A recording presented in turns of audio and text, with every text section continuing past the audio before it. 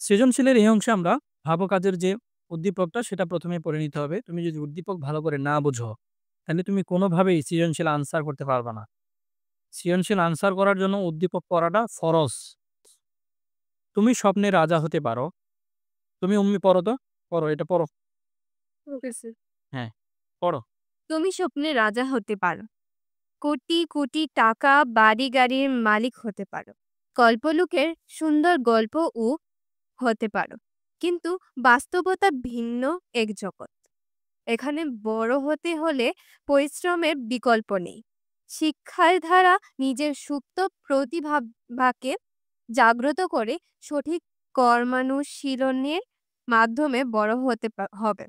সুতরাং কল্পনার জগতে হাবুডুবু না খেয়ে দেশ ও জাতির কল্যাণে আত্মনিয়োগ করাই মনুষ্যত্বের পরিচায়ক। পরিচয়। এখন তুমি কি বলছো বুঝছো বলো সেটা একটু।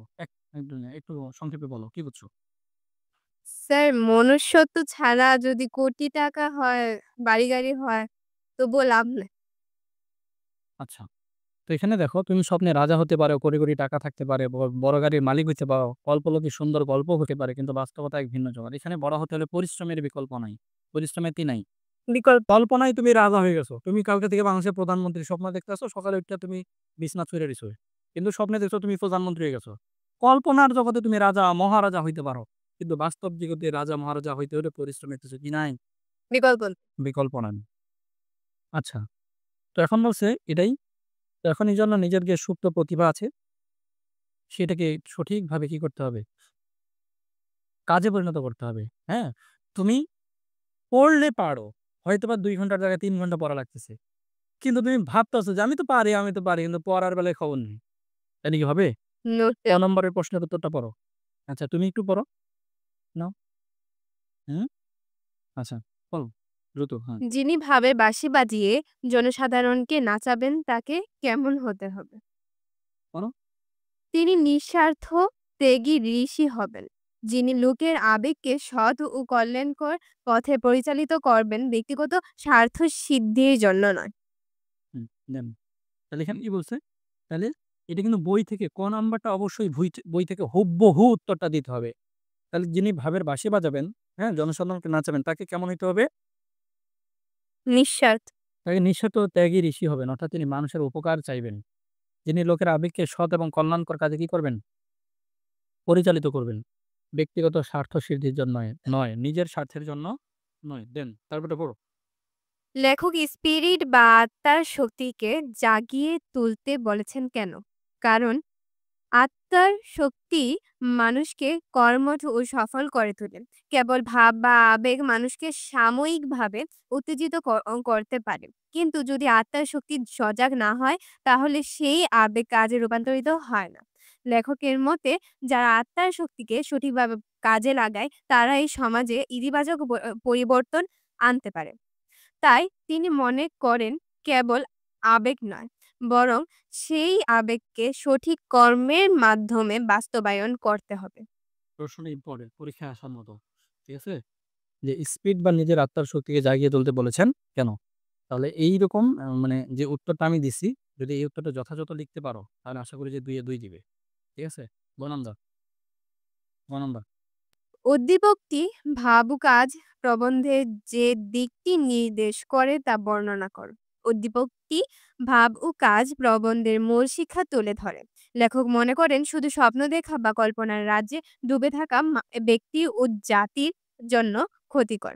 উদ্দীপকেও বলা হয়েছে বাস্তবে সফল হতে হলে কল্পনায় নয়, বরং পরিশ্রম ও দক্ষতা অর্জনের মাধ্যমে নিজেকে গড়ে তুলতে হবে। এখানে মেইন কথা বলি।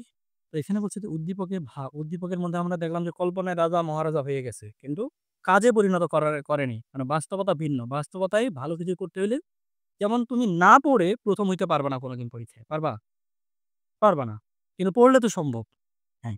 তো এখানে বলছে যে ভাব ও কাজের আ যে মূল শিক্ষা গল্পের মধ্যে এটা আছে। ভাব ও কাজের মধ্যে আমরা দেখছি যে লেখক শুধু ভাব নয়, কাজে পরিণত করার কথা বলছেন। তো এইজন্য ভাব ও কাজের যে প্রবন্ধটা ওইটার সাথে এটার মিল আছে। তো লেখক মনে করেন শুধু স্বপ্ন দেখা বা কল্পনার রাজ্যে ডুবে থাকা ব্যক্তি জাতির জন্য ক্ষতিকর। সে খালি কল্পনাই করে, স্বপ্নই দেখে, এই করব, সেই করব, কাজের বেলা হুট্টুস। তাইলে হইবে না। তো উদ্দীপকে বলা হইছে বাস্তবে সফল হইতে হলে কল্পনায় নয়, বরং পরিশ্রম এবং দক্ষতার মাধ্যমে ব্যক্তি নিজেকে গড়ে তুলতে হবে। আচ্ছা, এরপর পড়ো। প্রবন্ধে দেখো। প্রবন্ধে লেখক ব্যাখ্যা করেছেন শুধুমাত্র আবেগ বা হুজুগ সৃষ্টি করে মানুষকে উদ্বুদ্ধ করা যায়। কিন্তু উদ্বুদ্ধ। উদ্বুদ্ধ করা যায়। কিন্তু বাস্তব পদক্ষেপ না নিলে সেই উচ্ছ্বাস কর্পূরের মতো উড়ে যায়। উদ্দীপকের বক্তব্য একই, যারা স্বপ্ন দেখে কিন্তু কাজ করে না তারা সমাজে কোনো স্থায়ী পরিবর্তন আনতে পারে না। তাই? তাই ভাবুক আজ প্রবন্ধের আলোকে বলা যায় শুধুমাত্র স্বপ্ন দেখা ও আবেগে ভাষা যথেষ্ট নয়, বরং সেই স্বপ্নকে বাস্তব রূপ দিতে হলে কাজের প্রয়োজন। হুম, কল্পনার জগতে বোধ না থেকে বাস্তব পরিকল্পনা গ্রহণ করাই প্রকৃত মনুষ্যত্বের পরিচায়ক। করে যাও। এটা আর ব্যাখ্যা করার মনে দরকার নাই। শেষ। এই প্রশ্নটা পড়লে আমাদের আজকের ক্লাস শেষ হবে। জাস্ট শুরু করে দাও। কল্পনার জগতে হাবুডাবু না খেয়ে দেশ ও জাতির কল্যাণে আত্মনিয়োগ করাই মনুষ্যত্বের পরিচায়ক।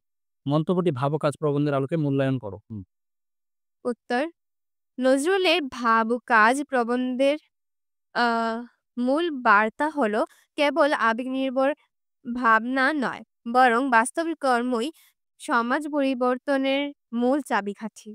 উদ্দীপকের বক্তব্য একই দিক নির্দেশ করে: কল্পনায় রাজা হওয়া সহজ, কিন্তু বাস্তবে রাজা হতে হলে পরিশ্রমের প্রয়োজন। প্রবন্ধে লেখক উল্লেখ করেছেন শুধু আবেগ দিয়ে মানুষকে উত্তেজিত করলে কিন্তু কাজের ক্ষেত্র প্রস্তুত না থাকলে সেই আবেগ পরে ব্যর্থতায় রূপ নেয়। উদ্দীপকের ভাষায় শুধু কল্পনার জগতে হারিয়ে গেলে ব্যক্তি উন্নতি করতে পারে না, বরং তাকে বাস্তব পরিকল্পনার মাধ্যমে নিজের প্রতিভা বিকাশ করতে হয়। বাস্তবতা হলো শুধুমাত্র বড় স্বপ্ন বা আবেগ দিয়ে সমাজের পরিবর্তন খুব সম্ভব নয়। নজরুল বলেছেন, যারা আর আবেগের বশে কোনো কাজে লিপ্ত হয় কিন্তু বাস্তব পরিকল্পনা করে না, তারা একসময় হতাশ হয়ে পড়ে। উদ্দীপকও একই কথা বলেন, পরিশ্রম ছাড়া কেউ বড় হতে পারে না। অতএব ভাব ও কাজ প্রবন্ধের আলোকে বলা যায় প্রকৃত উন্নতি ও সমাজের কল্যাণ তখনই সম্ভব যখন মানুষ স্বপ্নের পাশাপাশি পরিশ্রম ও বাস্তব কর্মে আত্মনিয়োগ করে। কল্পনার রাজ্যে হারিয়ে যাওয়া নয়, বরং বাস্তব জীবনে সঠিক কর্মপন্থা গ্রহণ করাই প্রকৃত মনুষ্যত্বের পরিচায়ক। পর্যায়ে। তো মোটামুটি সৃজনশীলটা পড়ে আসবে, মুখস্থ করে আসবে। ঠিক আছে? বারবার পড়বে। একটু এদিক সেদিক হলে কোনো সমস্যা নাই ইনশাআল্লাহ। ঠিক আছে? তবে বারবার পড়বে। পড়ে মনে রাখতে চেষ্টা করবে এবং পড়া শেষ করে আয়নার সামনে দাঁড়ায়া নিজে বলতে চেষ্টা করবা। ঠিক আছে? আয়নার সামনে দাঁড়ায়া নিজে বলতে চেষ্টা করবা। তাহলে সৃজনশীল প্রশ্নটা এবং শেষে এই যে সংক্ষিপ্ত কয়টা? ২০ টা। আচ্ছা, তাইলে পড়া থাকবে।